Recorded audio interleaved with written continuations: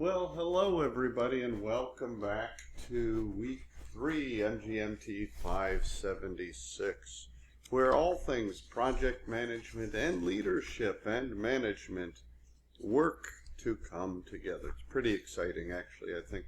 This week we are talking about project activity and risk planning, and we're going to have a good discussion on building a high-performing team to accomplish that. This slide really is just meant to express, look at all the things that we have to integrate in the world of project management. I have built this with the 5 process groups in boxes and all the processes that go into those. And even notice in the top left, I continue to tie strategy, corporate strategy, to my project, because in the top left I've defined my business documents as a business case and a benefits management plan. And those feed into building my charter and continue to tie my project back to corporate strategy. So there's a lot going on here.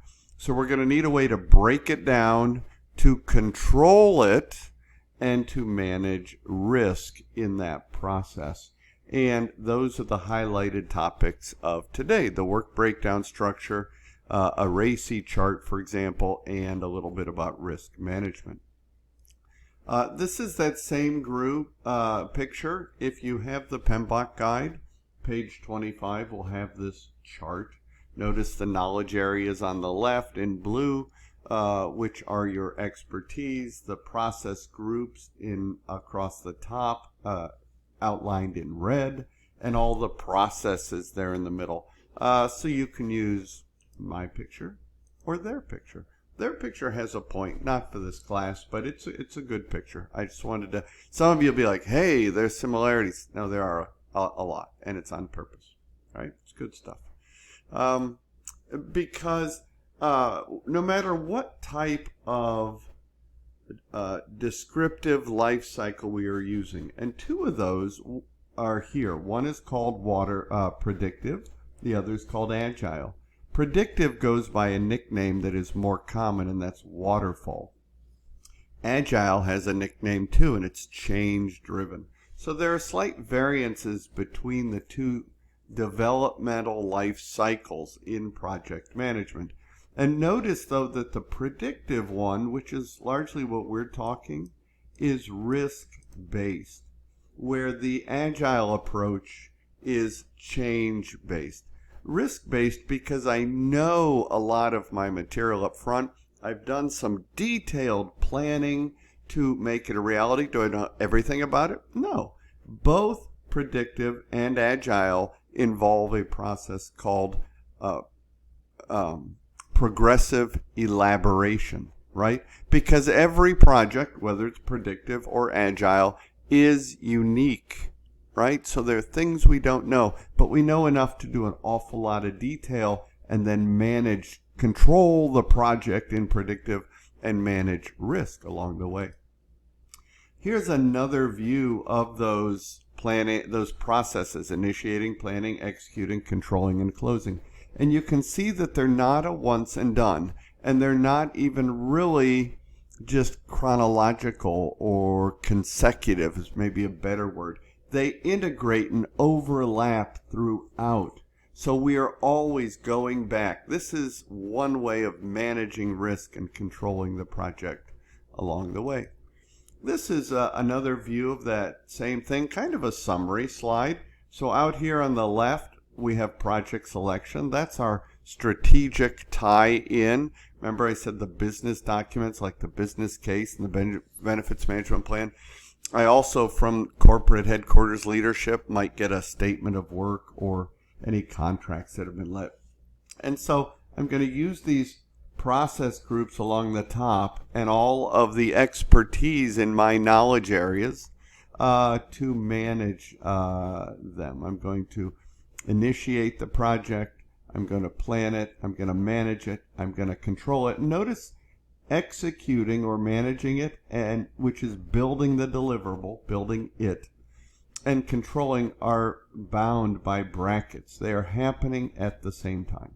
And then, of course, part of control is an orderly shutdown. That's what we call it on the computer. We don't just shut down our computer or pull out a USB. We make sure we click the button that says, am I ready to disconnect the USB? Otherwise, damage gets done. So same thing with projects. I want to do an orderly closure, whether it closes on time, whether it closes early or late, or whether it terminates, right? I want to do an orderly closing, collect lessons learned, get feedback, analyze the product that's been built so far so that I can put those historical records on the shelf for the next time we do this.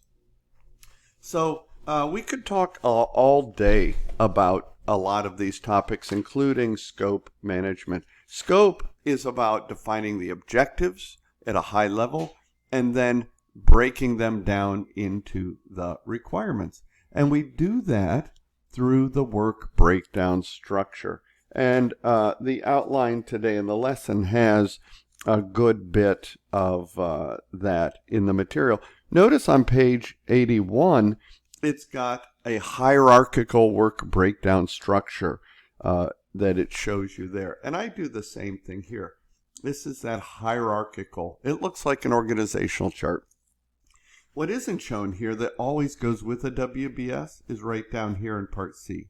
A WBS in part B right here always has a WBS dictionary with it, because when you look back at this picture, you don't see a lot of details. And so those details are in the WBS dictionary. Who's the work package owner? What is their goal date? What are their risks? What are their quality standards?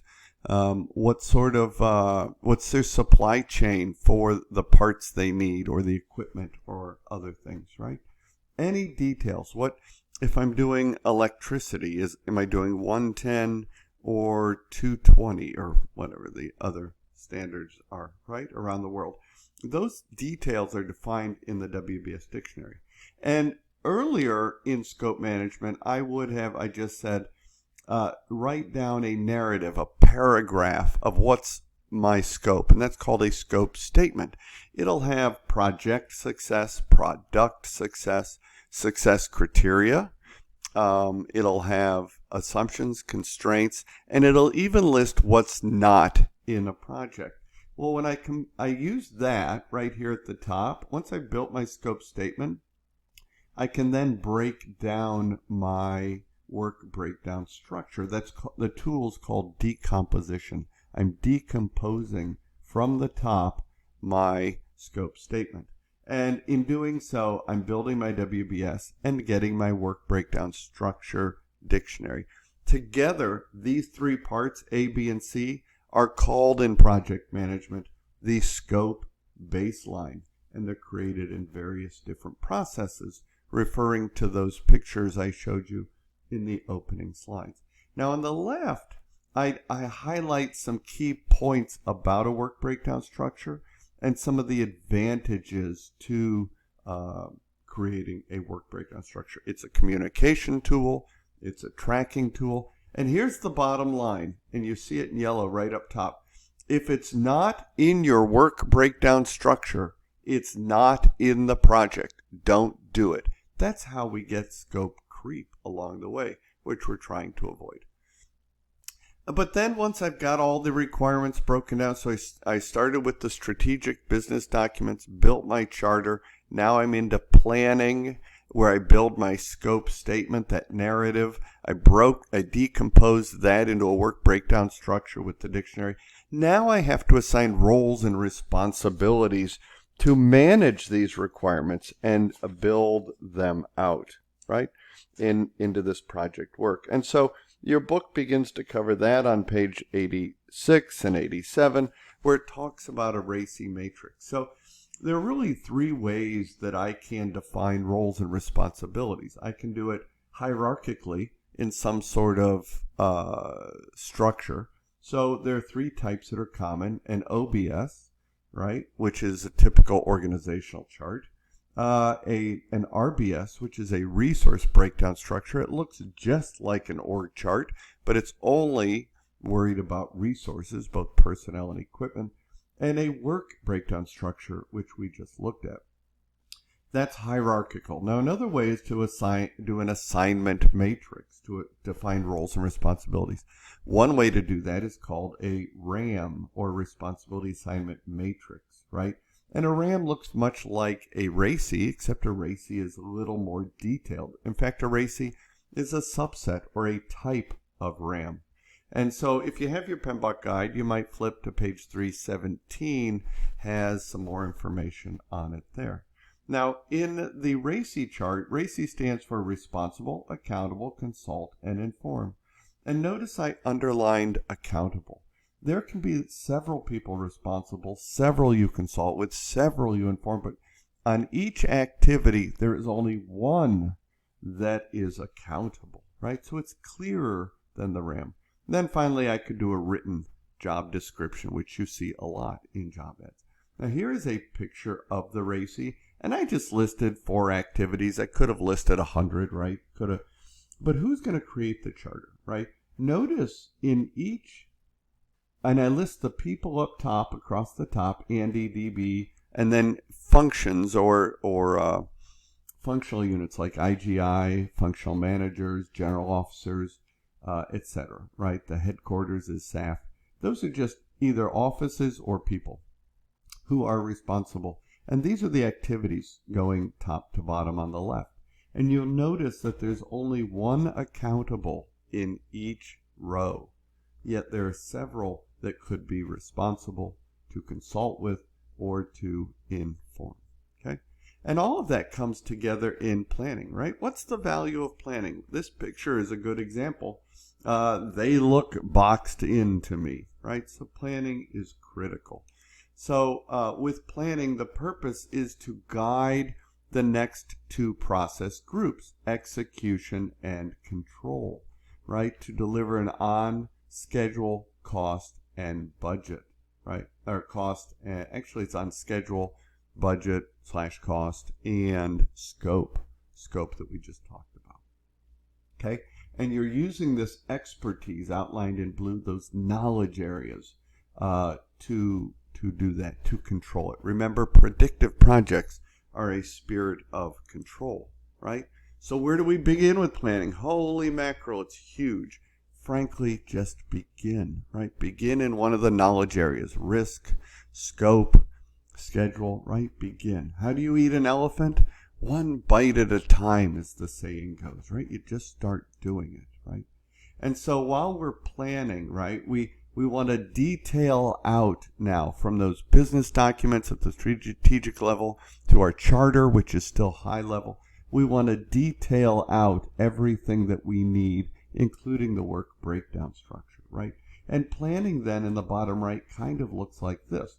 Initiating, these are the process groups highlighted, but I usually go from initiating to planning, but I could go from planning to closing if I find that this is impossible to do. Okay, so that can happen in planning, or I can go from planning right to execution, and execution goes back and forth to monitoring and controlling. But even from monitoring and controlling, I could end up having to go back to planning, right? It's not consecutive or chronological. These things are all happening in a group, and the goal is to build out a very detailed plan, including my performance measurement baseline, which is the scope baseline, which we already discussed. It has 3 parts: the scope statement, WBS and WBS dictionary, and then we'll talk about the schedule baseline and the cost or budget baseline, right? So 3 baselines we want to manage.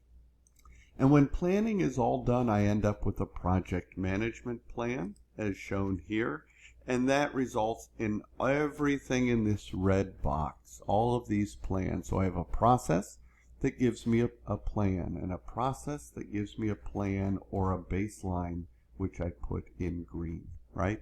Very interesting. So I end up with this project management plan. And so I'm going to pause there and come back, and we will finish, do another session. Thanks.